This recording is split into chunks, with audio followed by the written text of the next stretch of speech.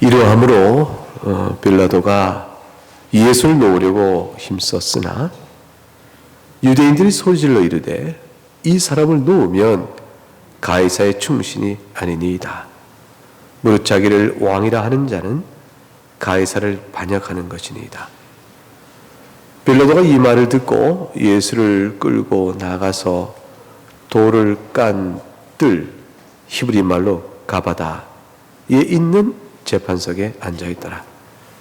이날은 6월절의 준비일이요 때는 육시라. 빌라도가 유대인에게 이르되 보라 너희 왕이로다. 그들이 소리 지르되 없이하소서 없이하소서 그를 십자가에 못 박게 하소서.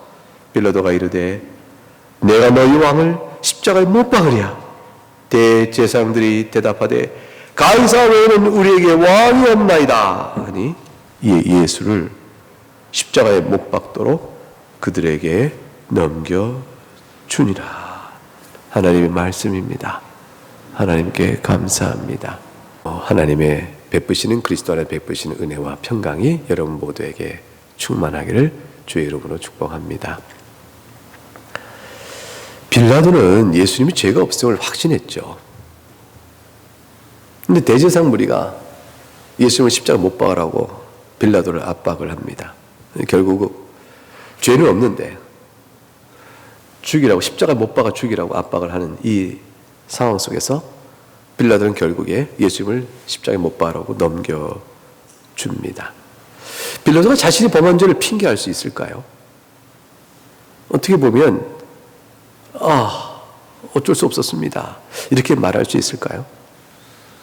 오늘 본문에 이제 12절을 보게 되면 빌라도가 예수를 놓으려고 힘썼다 이렇게 되어 있습니다. 그러니까 여러 가지 상황을 참작하여 빌라도는 그냥 그게 좀 죄가 없다고 할 수 있지 않을까. 내가 빌라도의 위치에 있었다면 어떻게 했을까. 참 빌라도는 안 됐다 뭐 이런 생각을 할 수도 있을 것입니다.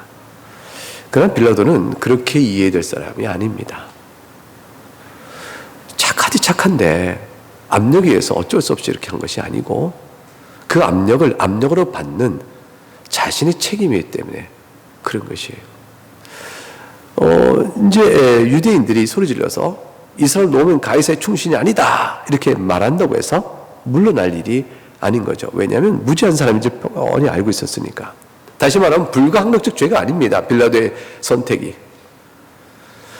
예수를 놓으려고 힘썼다는 것은 자체는 오히려 무엇을 의미하냐면 빌라도 입장에서는 예수님이 그만큼 무죄하다는 사실을 알고 있었다는 얘기죠. 죄 없다는 사실이 그렇게 분명히 알고 있는 빌라도가 결국 예수님을 저들의 손에 넘겨주는 것은 상황을 감안하여 불가항력적인 것이므로 인정해 줘야 한다 이렇게 말할 것이 아닙니다. 빌라도는 없는 것이 있어요. 없는 게 뭐냐면 재판관이라는 총독이라는 그 자리에 참 이것이 우리가 사회적 책임을 더 크게 질수록 두려운 자리인데 세상으로 보면 총독이요 권력을 갖고 있으니까 얼마나 좋아요? 자기 욕심대로 어떤 걸 좀 취할 수도 있잖아요. 불의를 행해서라도. 그러니까 사람들 생각에는 권력 가진 자는 참 좋겠다. 자기 뜻을 다 이룰 수 있으니까. 하지만 사람들이 못 보는 게 있습니다. 하나님 앞에서의 책임입니다. 그걸 어떻게 감당할 거예요?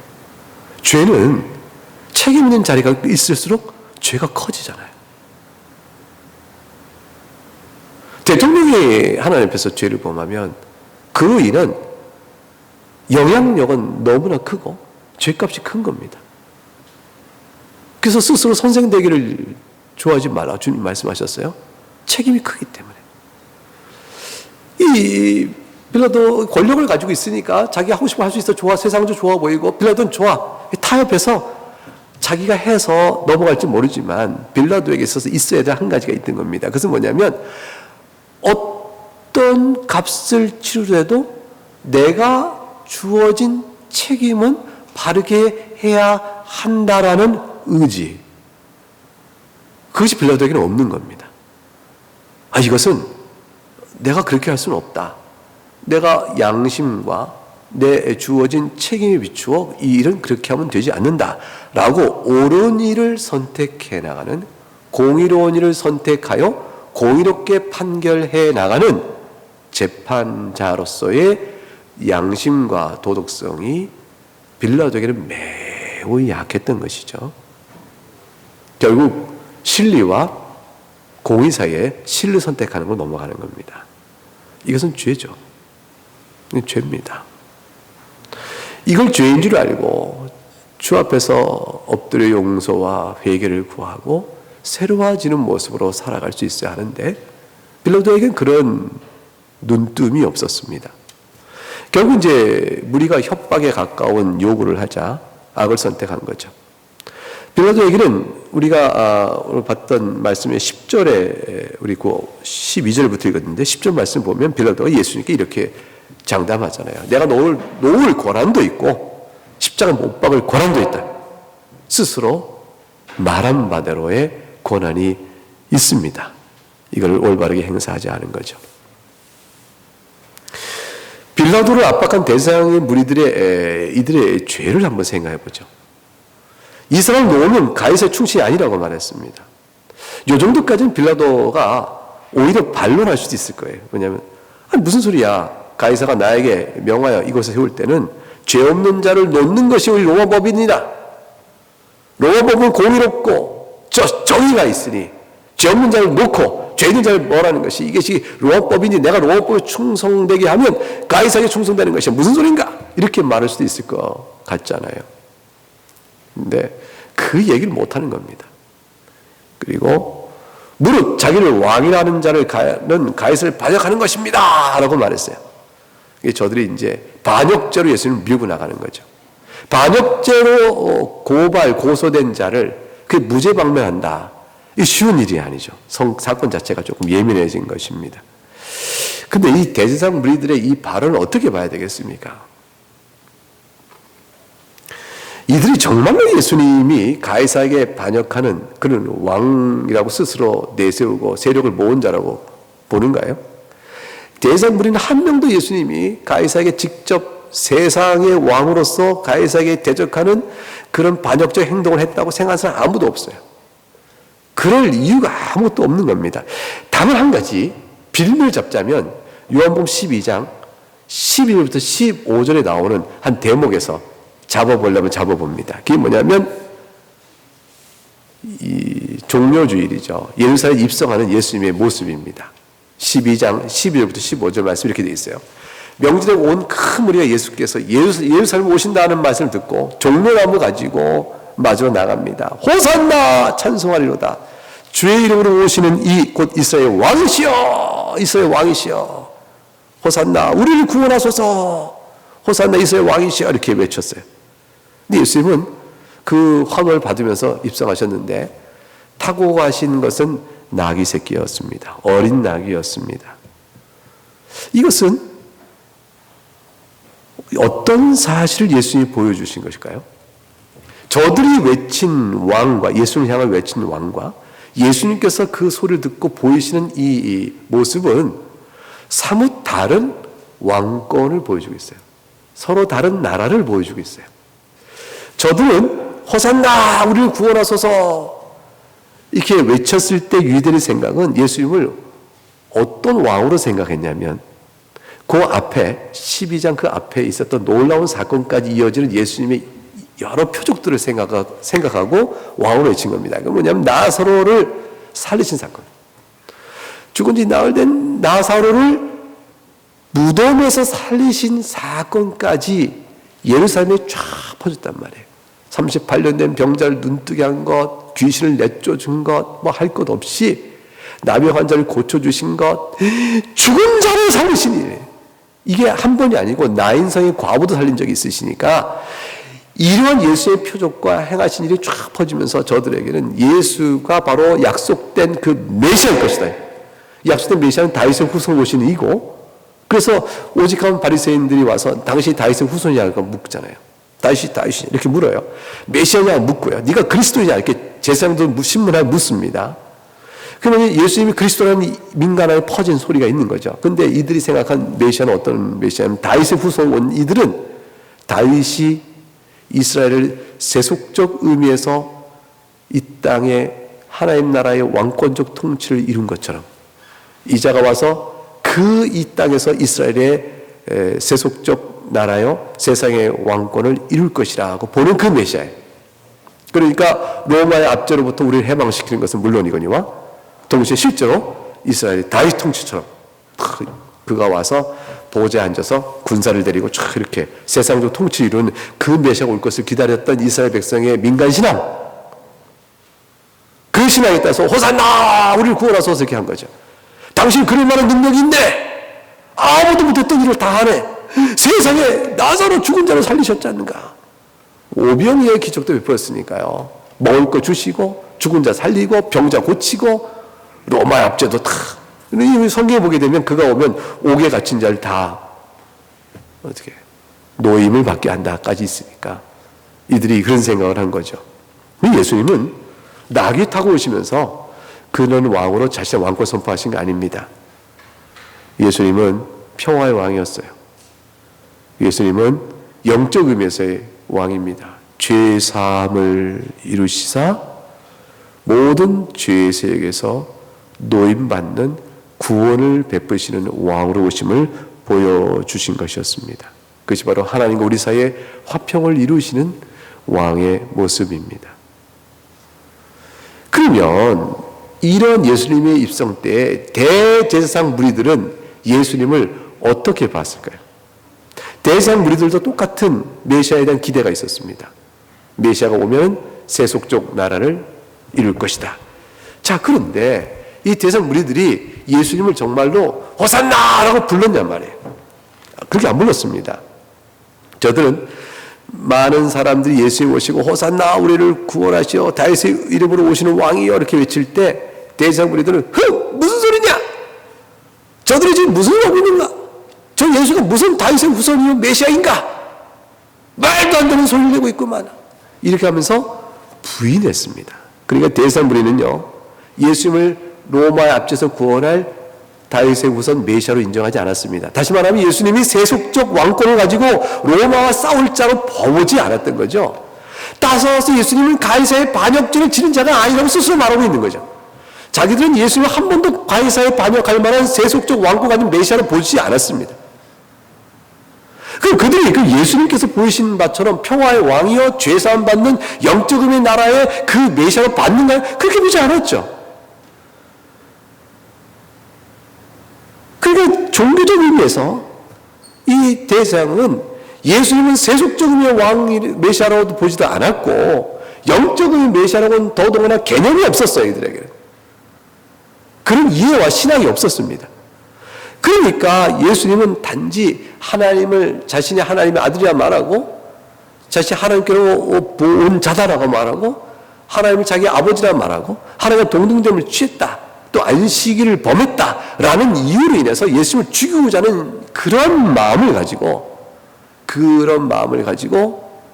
예수님을 죽이기 위하여 자신이 한 번도 생각한 적이 없고 그렇게 생각지도 않는 죄목을 뒤집어 씌우는 겁니다. 그게 뭐냐면 세속적 메시아인 양, 로마와 싸우는 세속 메시아인 양 예수님을 뒤집어 씌워서 몰아세우는 것이죠. 대제사장 무리는 참 정직하지 못한 거예요. 스스로도 예수를 그런 자로 보지도 않고 예수님 스스로 그런 왕으로 자기를 내세운 적도 없다는 걸 뻔히 알면서 예수님은 자신의 신앙에 따라 로마 압제 소리를 구원한 메시아도 아니고 예수님 자신이 그 일을 하겠다고 말한 적이 없다는 것도 뻔히 알면서도 오직 딱 하나 예수님이 스스로 하나님의 아들이라 말하며 안식일을 범한다라는 자기들 신앙의 종교적 문제 때문에 이건 신학적으로 다룰 문제거든요. 그 문제 때문에 예수를 죽이고자 하여 로마의 형법에 의해 죽이고자 하여 예수님을 몰아내세우는 겁니다. 그리고 말하는 겁니다. 그를 살려두면 가이사에 반역하는 것이다. 없는 죄를 뒤집어 씌우는 것이죠. 이 대제사장 무리의 간악함이 여기에 있습니다. 알면서 고의로 목적한 바를 위하여 죄목을 뒤집어 씌워 밀어내고 있습니다. 그리고 자기들도 자기들 고발한 죄를 실제로 예수님이 범하지 않았다는 것을 너무나도 잘 알고 있는 거죠. 그들은 양심을 버렸습니다. 그리고 한 가지 속으로만 계산합니다. 안식일에 일하니 살릴장가? 저자가 스스로 하나님의 아들이여 하나님과 동등되어 취하니 살릴장가? 이 하나. 자, 그 판단 속에 있는 자기들의 죄를 못 봅니다. 무지를 못 보는 거죠. 자신이 얼마나 완악하며 하나님의 말씀 앞에서 그리스도께서 가르치신 것과 행하신 것을 비춰볼 때 예수님이 하늘로부터 온 자구나라고 생각하며 그를 경외하고 조심하며 그래서 그분에게서 말씀을 듣고 과연 하나님이 보내신 자라는 그분임을 아는 데까지 나가지도 않으면서 예수님께서 죄인을 부르러 오셨다니까 발끈하는 거죠. 저자가 하나님 나라의 질서를 뒤집는구나. 자기들이 생각하는 하나님 나라의 질서를 뒤집는다 생각하여 예수를 죽이고자 한 것이죠. 그래요.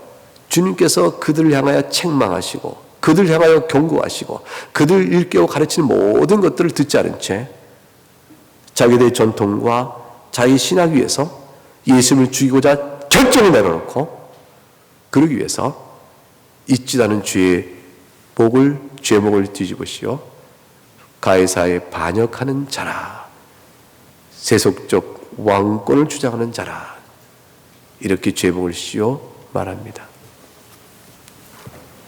이것이 대제사장들의 사악함입니다. 빌라도가 어떻게 반응을 보여야 되겠습니까? 13절부터 보니까 빌라도가 예수를 끌고 나가서 돌을 깐 뜰 가바다에 있는 재판석에 앉습니다. 판결을 내리기 위해서 앉은 거죠.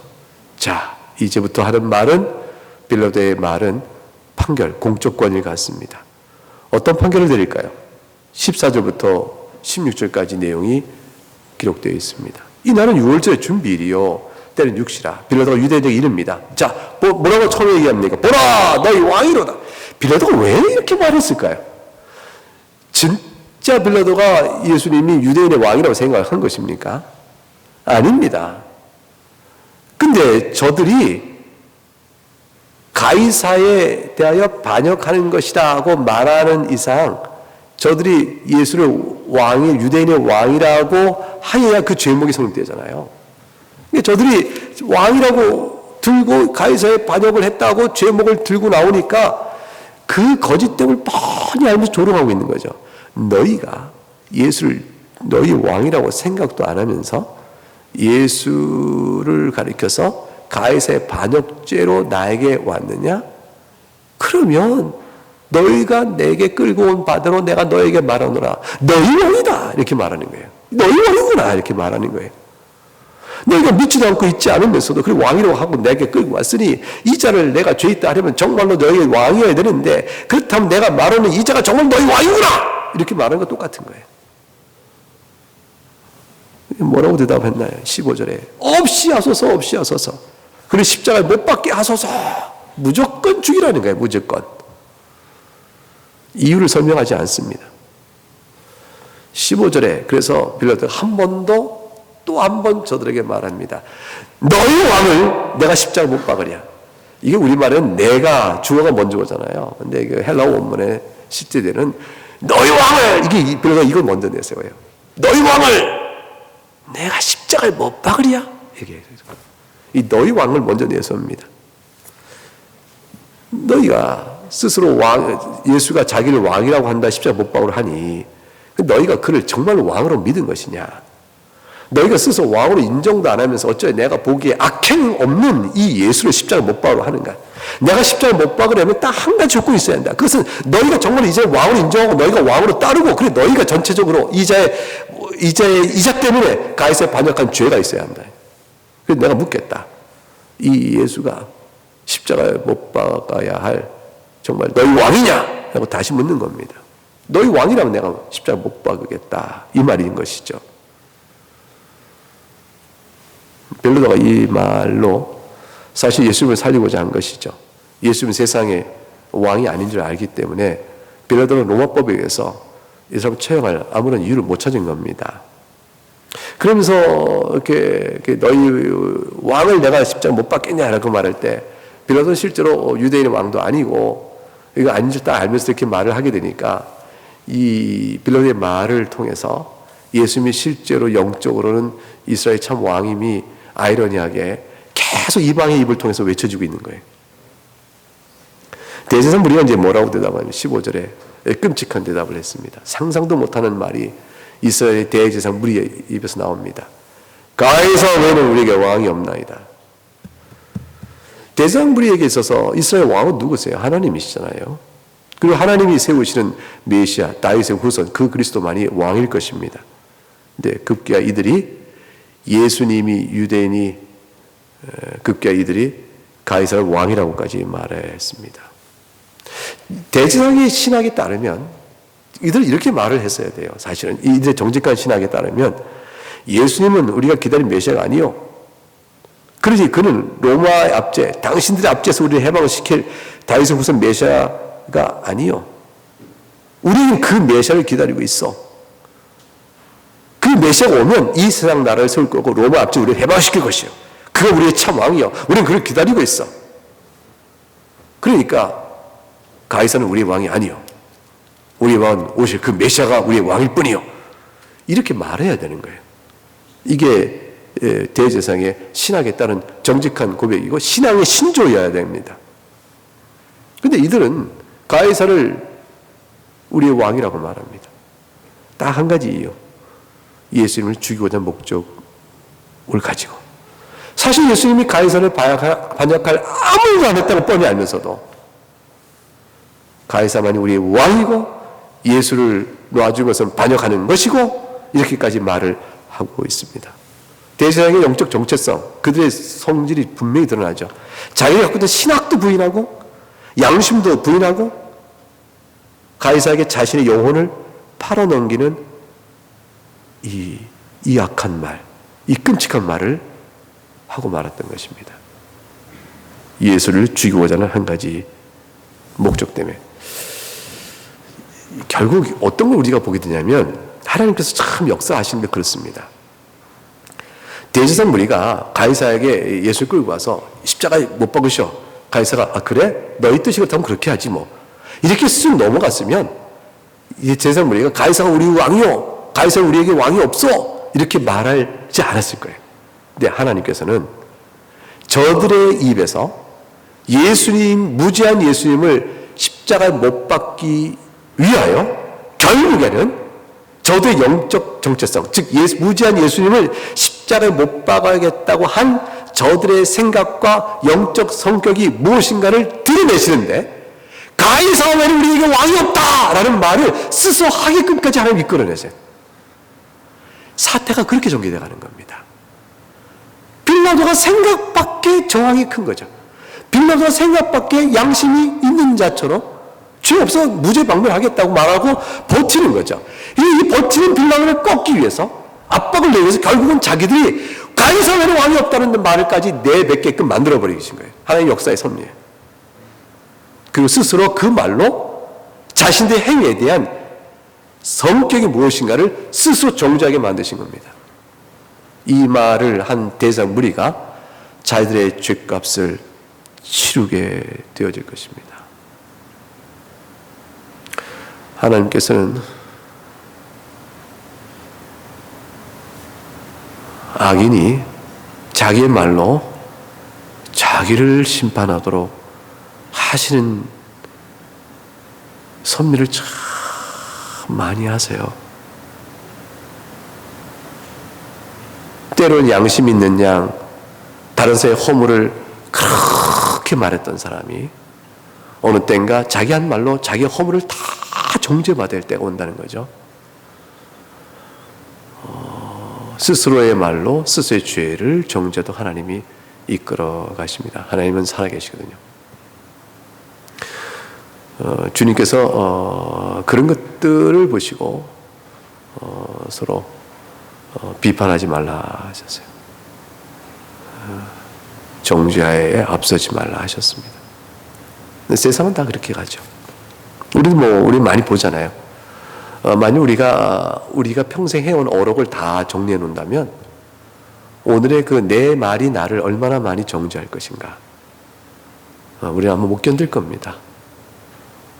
기억을 못해서, 또는 알면서도 무시하고 모르는 채 그때그때 상황 논리로 자신을 변명해가며 나가니까 아직도 우리가 얼굴을 들고 있는 것이죠. 사실은 이 제사장들은 나중에 훗날 하나님 앞에서 자신이 지금 내뱉은 이 말로 무서운 심판 앞에 있게 될 것입니다. 가이사 외에는 우리에게 왕이 없다? 이거는 이스라엘 백성이 할 말이 아니었던 것이죠. 결국 어떤 원리를 보냐면, 무지한 예수님을 죽이는 방법은 마귀 편에 쓰는 밖에 없다는 거예요. 무지한 죄인 주님 예수님을 십자가에 못 박으려면 내가 얼마나 악한 자인가를 스스로 드러내어 마귀와 짝하고 그 편에 서는 수밖에 없었던 겁니다. 그러니까 이들이 이런 말까지 하지 않아서는 예수님 십자가에 못 박을 수가 없었다는 상황까지 몰린 거죠. 그래서 예수님은 19장 11절에 이렇게 말씀하셨잖아요. 빌라도에게 내가 너를 못 박을 권한이 내게 있는 줄 모르냐, 놓을 권한도 있지 않은 걸 모르냐, 이렇게 말할 때 예수님께서 위에서 주지 않으셨다면 나를 해야 할 권한이 내게 없었을 것이라. 그러므로 나를 너에게 넘겨준 자의 죄는 더 크다고 하셨어요. 이게 대제사장 무리들의 죄를 말씀하신 겁니다. 빌라도가 결국 굴복합니다. 빌라도의 굴복은 불강력적인 것이 아니고 자기의 죄에 따라 타협하는 겁니다. 그래서 예수를 십자가에 못 박아도 그들에게 넘겨주죠. 16절 오늘 본문의 마지막 절입니다. 누가복음 23장 23절과 25절에 가게 되면 이 상황을 이렇게 설명해 놨어요. 그들이 큰 소리 재촉하여 십자가에 못 박힐 구하니 그들의 소리가 이긴지라 그랬습니다. 이에 빌라도가 그들이 구하는 대로 하기를 언도하고, 그 다음 보세요. 그들이 요구하는 자, 곧 밀란과 살인으로 말미암아 옥에 갇힌 자를 놓아주고 예수 넘겨줘 그들의 뜻대로 하게 아니라.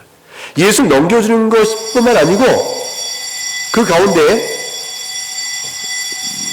밀란과 살인으로 말미암아 옥에 갇힌 자를 놓아주는 일이 같이 있었습니다.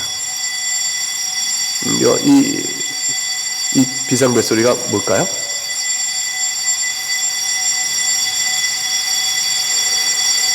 이럴 때 어떻게 해야 되죠? 설교 마치고 여러분 다 나가도록 해야 됩니까? 아니면 그냥 계속 해야 됩니까? 제가 판단이 잘 안 서네요.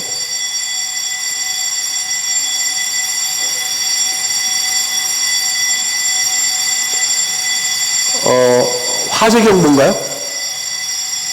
화재 경보죠. 네. 얼른 상황을 좀 보시죠. 보시고 알려주시면 거기에 따라 대처할게요. 교역자들이 내려갔습니다. 그냥 앉아 계시면 돼요. 교회들은 앉아 계시고요. 교역자가 내려갔으니까 상황 알아볼 겁니다.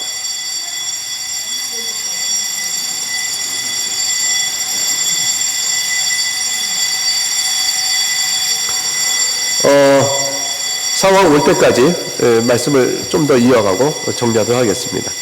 마태복음 27장을 보게 되면 빌라도가 밀란이 나라는 걸 보고 두려워합니다. 그리고 나서 물을 가져다가 자기 손을 다 씻죠. 어떻게 된 걸까요? 그냥 비상벨을 끌어버렸나요? 네, 다행입니다. 별일 아닌 줄 압니다. 빌라도가 이제 밀란이 날까봐 두려워서, 그래서 결국 타협한 이유를 적시합니다. 마태복음 27장에는 그래서 무리 앞에 손을 다 씻잖아요. 씻고 말하기를 이 사람의 피에 대해서 나는 무지하다. 너희가 당하라 하면서 얼마나 이게 큰 악인지를 빌라도는 명백히 알고 있는 거죠. 얼마나 이 큰 악인 줄 알고 두려워서 손을 씻고 나는 무지하인데 이 피가 너한테 돌아가라 이렇게 말하고 넘겨줍니다. 여기에 이제 빌라도의 비겁함과 그 다음에 양심의 무력함, 그리고 죄값이 하나님께 요구받게 추궁될 것입니다. 이런 상황으로 예수님은 십자가에 넘겨졌습니다. 결국 예수님을 십자가에 넘기는 가운데 그 당시에 이 일을 결정에 관계되는 대제사장 무리와 빌라도와 같은 모든 권력 관계, 종교적, 사회적 권력 관계는 결국 예수님을 이런 악행을 통해서 넘기게 되었습니다. 예수님은 오늘 본문에 14절에 6월절의 준비일이요 때는 육시라 이렇게 시작되죠. 14절에 이때가 6월절의 준비일이었습니다. 이 준비라는 것은 6월절의 안식일, 안식일 6월절의 끝에 안식일 올 때 그 안식일의 그 전날이라는 뜻이에요. 그러니까 금요일입니다. 육시라는 것은 이때 육시는 새벽 아침 6시를 의미합니다. 그러니까 금요일 아침 6시에 주님은 십자가에 넘겨지는 판결을 받습니다. 목요일 밤에 붙들리시고 밤새 신문을 받으시다가 아침 6시에 모든 재판이 결론이 납니다. 그리고 마가복음 15장에 가게 되면 25절에 때가 제3시가 되어 십자가에 못 박히니라. 제3시가 나와요. 이때 3시는 유대인 시간이에요. 그러니까 6을 더해야 됩니다. 그럼 9시에 6시에 신문 마지막 판결하고 6시 좀 넘었겠죠. 그러니까 6시가 좀 지나서 빌라도의 판결이 넘겨주고 아침 9시에 십자가에 딱 못 박히시게 됩니다. 그리고 6시가 되매 마가복음 15장에 보게 돼 33절 30절에 6시가 되매 3시까지 온 땅이 어두웠다. 3시간 땅이 어두워지는데 그때가 12시부터 오후 3시까지죠. 그리고 나서 예수님께서 큰 소리를 내시고 운명을 하십니다. 이렇게 성경에 기록되어 있습니다. 예수님께서는 죄가 없으신 사실이 이 대상에 대한 무고한 죄의 모습과 빌라도의 모습 안에서 아주 강하게 죄 없는 예수님의 죽으심이 역설적으로 계속 비춰주고 있습니다. 성경은 두 가지를 얘기하는 거예요. 한편으로는 대상과 빌라도가 얼마나 악했는가를 보여주고 한편은 그 가운데 그것만큼이나 대조적으로 예수님이 얼마나 무죄한 자이신가, 죄가 없이 죽으시는가 하는 걸 보여줍니다. 이 모든 걸 통해서 흠없는 어린 양의 죽으심을 나타내고 계시는 거죠. 그래서 그것이 6월절 준비일이었다라고 시작되는 말 속에서 흠없는 6월절의 어린 양이심을 우리에게 훅 보여주고 있는 거예요. 6월절은 결국 뭐예요? 죄에서 해방된, 억압된 자를 해방시킨 날이잖아요. 애굽에서 종으로 선 자를 해방시킨 것처럼 죄의 종으로 선 우리를 해방시킨 그 놀라운 사건을 이루시는, 그때 생명 주시는 6월절의 어린 양처럼 예수님은 희생양으로 이 땅에 오셨습니다. 우리에게 참된 안식을 주시러 이 땅에 오신 겁니다.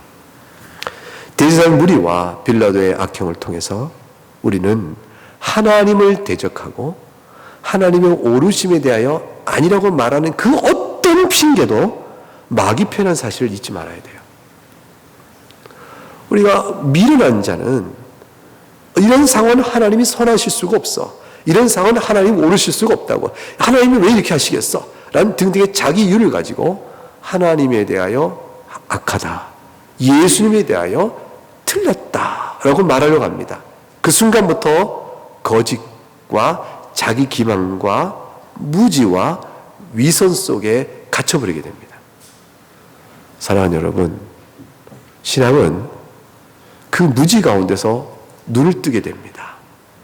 우리는 하나님께서 우리 인생을 이끌어 가시고 역사를 이끌어 가시고 그 모든 일의 섭리를 다 알지 못합니다. 예수님이 메시아라면 어떻게 그렇게 오셨을까? 강한 힘으로 다윗의 후손으로 오셔야 되는데 라고 사람은 생각하고 그것이 하나님 뜻이라고 믿었겠죠. 그러나 그들은 무지 가운데 있었던 겁니다. 죄사함의 은혜를 몰랐던 거죠. 죽으심으로 죽음을 이기시는 메시아를 못 본 겁니다. 그래서 그들은 예수를 죽이는 악한 편에 선 거죠.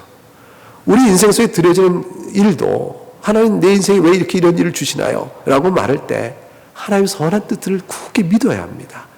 하나님은 그러나 나를 사랑하셔. 하나님은 그러나 일은 선하셔. 역사 속에 벌어진 일도 마찬가지예요. 어떤 일인지 하나님 역사 속에서 우리를 사랑하는 자를 위해서 선을 이루신단 말이야. 이걸 믿고 나가야 하는 것이, 그런 자에게는 빛이 보입니다. 그렇지 않으면 불평과 원망과 부정과 갈등 속에서 점점 마귀가 되어버리는 거예요. 점점 악으로 치달아갑니다. 점점 어둠 속으로 들어가죠. 그리고 나중에 신앙을 부인한 데까지 나가게 된단 말이죠. 같은 사태 안에서 내가 어떤 큰 가정에 불행이 있었다, 사고가 있었다, 또 어려움이 온다 할지라도 그 일로 인해서 하나님에 대해서, 하나님 일하심에 대해 그럴 수 없다라고 판단하는 순간, 그 하나님을 판단하는 그 순간에 어느 편에 서게 돼요? 어둠에 밀려 들어가게 되어 있어요. 죄가 그런 것입니다. 마귀는 최초에 범할 때도 마찬가지였어요. 너희가 절대로 하나님 금한 과실을 먹지 않아도 먹어도 죽지 않는다, 거짓을 말했고, 하나님같이 된다 라고 말했어요. 거짓을 말했습니다. 그 말을 믿고 난 순간 하나님 판단하죠. 그 순간부터는 마귀가 되어버린 겁니다. 예수님을 죽여야겠다고 말하는 그 순간부터 그들은 결국 마귀의 꾀에 따라서 그 뜻을 이룹니다. 박수를 쳤겠죠. 우리 뜻대로 예수 십자가 못 박았구나, 됐다 하고 박수 쳤겠는데, 마귀의 뜻을 따라 목적을 이뤘으니 그들의 죄값을 무엇으로 갚을 수 있겠어요? 결국 우리는 오늘 본문을 통해서 그 모든 것을 통하여, 그럼에도 불구하고 하나님의 선하신 구원 역사를 어떻게 이루어지는가를 보게 됩니다.